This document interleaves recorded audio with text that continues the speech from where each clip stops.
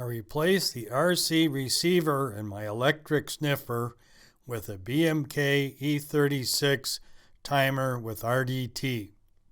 This saves some weight, although the receiver was pretty light at about 3 grams, and I didn't do the neatest installation, and I'm still using a separate battery to power the GPS. It could run off of one battery. So I made some test flights today off of a frozen Lake Winona. I had the timer set pretty short, but I had to do a DT or I would have come really close to these fishermen. So part of the reason that I put the timer system in and took the RC receiver out was just so I get more comfortable using this system for when I use it in other planes.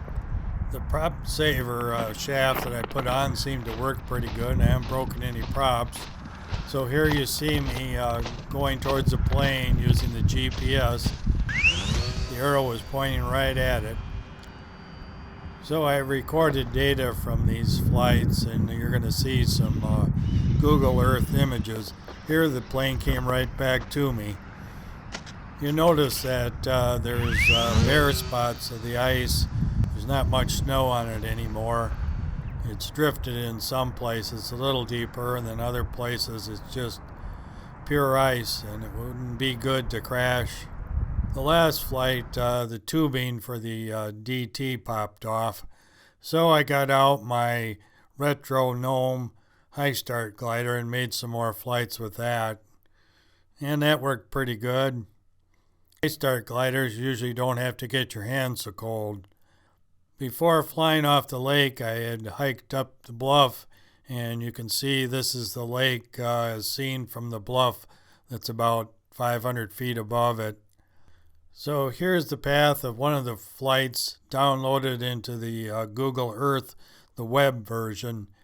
I just started using the desktop version, and it seems like there's more things you can do with it, but I'm going to have to spend some time to learn it. I really just don't know how to operate it too well. There is the option to get graphs of the altitude of the flight, and on the bottom you see the length in feet as the flight progresses.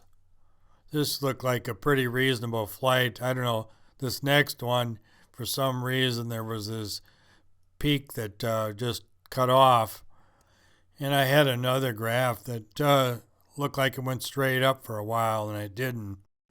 This is the motor I'm using, the 1300 kV, and I also have the 1700 kV motor that I could easily try, and I'm sure I will in the future.